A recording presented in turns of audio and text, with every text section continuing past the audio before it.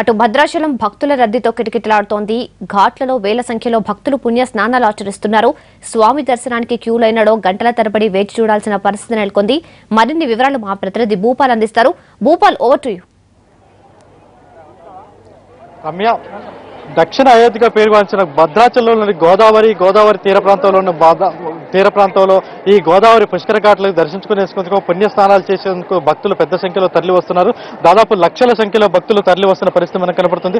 దాదాపు మనం చూస్తున్నాం, గోదావరి కరకట్ట పూర్తిగా నిండిపోయిన పరిస్థితి. గత నిన్నటి నుంచి ఈ భక్తుల రద్దీ పెద్ద స్థాయిలో పేర్కొనిపోయింది. దాదాపుగా గోదావరి ఘాట్లో 2 ఘాట్లలోకి వెళ్ళి చూస్తే దాదాపు 15-20 వేల మంది నిరంతరం అక్కడ గోదావరి భక్తులు స్నానాలు ఆచరించడానికి సిద్ధంగా ఉన్నారు. దాదాపుగా ఈ ఘాట్లను దాటిపోయి కూడా భక్తులు పైన ఉన్న గోదావరి ఇసుక తిన్నెల కింద స్నానాలు చేసేందుకు ప్రయత్నం చేస్తున్నారు.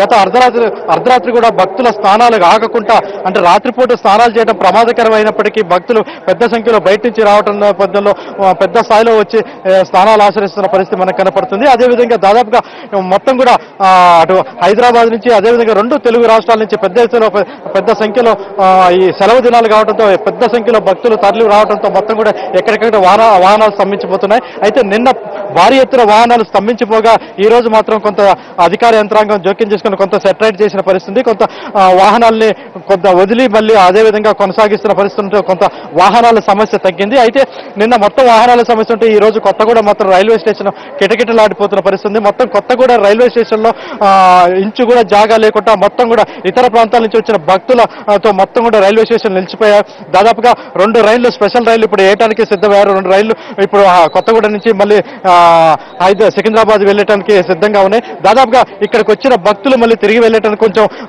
ఇక్కట్లు పడుతున్న పరిస్థితి. అదేవిధంగా స్వామివారి దర్శనానికి కూడా దాదాపు 10 నుంచి 14 గంటల సమయం ఈ రోజు పడుతుంది. ఇంత పడుతున్నప్పటికీ దాదాపుగా అంటే భక్తులందరికీ దర్శనం ఇవ్వడానికి ప్రయత్నం చేస్తున్నారు. అయితే మొత్తం మీద ఇంత లక్షల సంఖ్యలో నిన్న ఒక 6 లక్షల మంది ఒక భద్రాచలంలోనే పుష్కర స్నానం చేయగా ఈ రోజు అది దాదాపుగా డబల్ అయ్యే పరిస్థితి కనబడుతుంది.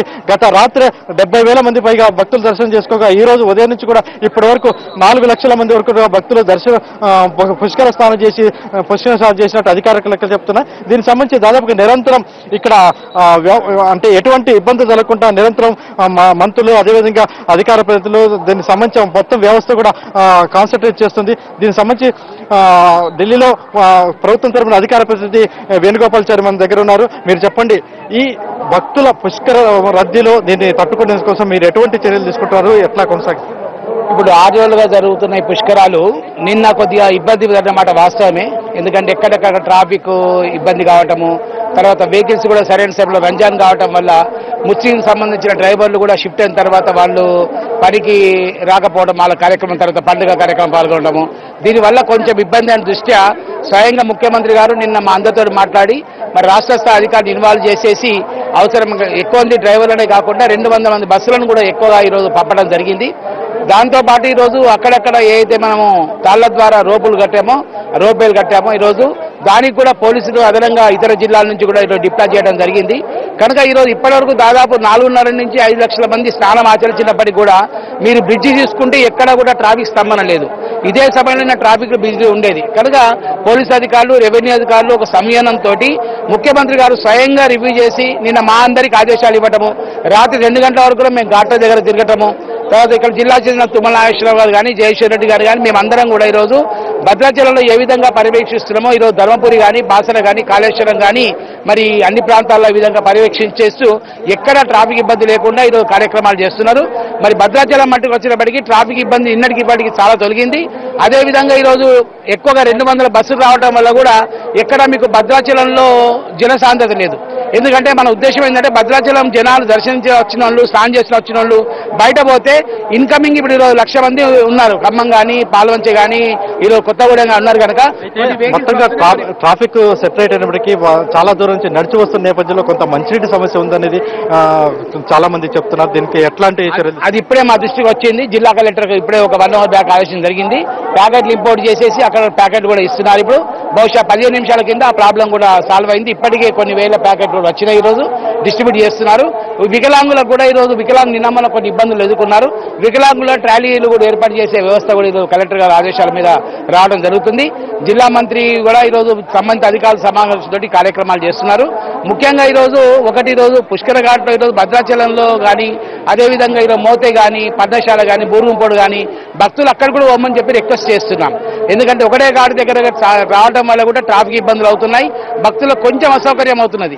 ప్రభుత్వం ఎంత చేసినప్పటికీ కూడా ఉదయం నుండి 5 లక్షల మంది ఉన్నారు. నిరంతరం జరుగుతున్న కార్యక్రమం. మరి ఒకటేంటంటే సమైక్య రాష్ట్రంలో ఇంత పెద్ద ఎత్తున పుష్కరాలు జరగలేదు. ఎందుకంటే పుష్కరాలు గతంలో రాజమండ్రి కొవ్వూరుకి పరిమితం అయ్యాయి. గోదావరి తెలంగాణలో ఎక్కువ ప్రవహించినప్పటికీ కూడా పుష్కరాల ప్రాశస్త్యం గత ప్రభుత్వాలు తీసుకోకపోవడం వల్ల మరి ముఖ్యమంత్రి కల్వకుంట్ల చంద్రశేఖరరావు గారు ఇక్కడ కూడా పుష్కరాలు జరిపే శక్తి సామర్థ్యాలు ఈ ప్రభుత్వానికి ఉంది, నాయకుడికి ఉందని చెప్పి సాటి చెప్పి ఈరోజు మరి మన మీడియా ద్వారా జాతీయ మీడియాకు ప్రపంచానికి సాటి చెప్పిన ఘనత ఈరోజు గౌరవ కేసీఆర్ దక్కింది. కనుక భక్తుల ఒకటేంటంటే ఒకటే ఘాటు దగ్గర రాకుండా డిబేట్ కమ్మని చెప్పి భక్తులను కోరుతున్నాం. దాదాపుగా భద్రాచలం సంబంధించి భద్రాచలంలో భారీ ఎత్తున భక్తులు రావడంతో భక్తులు వచ్చిన నేపథ్యంలో పెద్ద స్థాయిలో భక్తులు వచ్చిన నేపథ్యంలో భద్రాచలంలో కూడా ప్రభుత్వ యంత్రాంగం కూడా పూర్తి కాన్సన్ట్రేట్ చేసింది. అయితే ఇక్కడ నుంచి భక్తుల్ని ఇతర ప్రాంతాలకి తరలించడానికి కూడా ప్రయత్నం చేసినప్పుడు నిన్న రాత్రి నుంచి కూడా దాదాపుగా భద్రాచలంలో స్థాయి నుంచి భక్తులు వస్తున్నందువల్ల వాళ్ళకి పుష్కర స్నానం కల్పించడం కానీ ఇదంతా సమస్యాత్మకం అవుతుంది. అందువల్ల ఇతర ఘాట్లకు వెళ్ళాలని ముందు నుంచే నిన్న సాయంత్రం నుంచి చెప్తున్న పరిస్థితి. దీంతో కొంత ట్రాఫిక్ మాత్రం కొంత తగ్గిన పరిస్థితి మనకి ఏర్పడింది. అదేవిధంగా ఈ రోజు మాత్రం చూసినట్టయితే ఈ రోజు దాదాపుగా కొంత ట్రాఫిక్ ని కంట్రోల్ చేసిన పరిస్థితి మనకి స్పష్టంగా కనపడుతుంది. అదేవిధంగా పుష్కర ఘాట్లలో కొంత స్ట్రీమ్ లైన్ జరిగింది. అదేవిధంగా దేవస్థానం విషయానికి వచ్చేసరికి దేవస్థానాలు మాత్రం భక్తులు చాలా మంది దేవుణ్ణి దర్శించుకోకుండానే వెనక్కి తిరిగి వెళ్తున్న పరిస్థితి. అయితే అక్కడ ఇంతమందికి దర్శనం కల్పించడం అసాధ్యంగా ఉంది. దాంతో భక్తులే చాలా మంది వెనుదిరిగి వెళ్ళిపోతున్న పరిస్థితి ఇక్కడ మనకు కనపడుతుంది. Over to studio.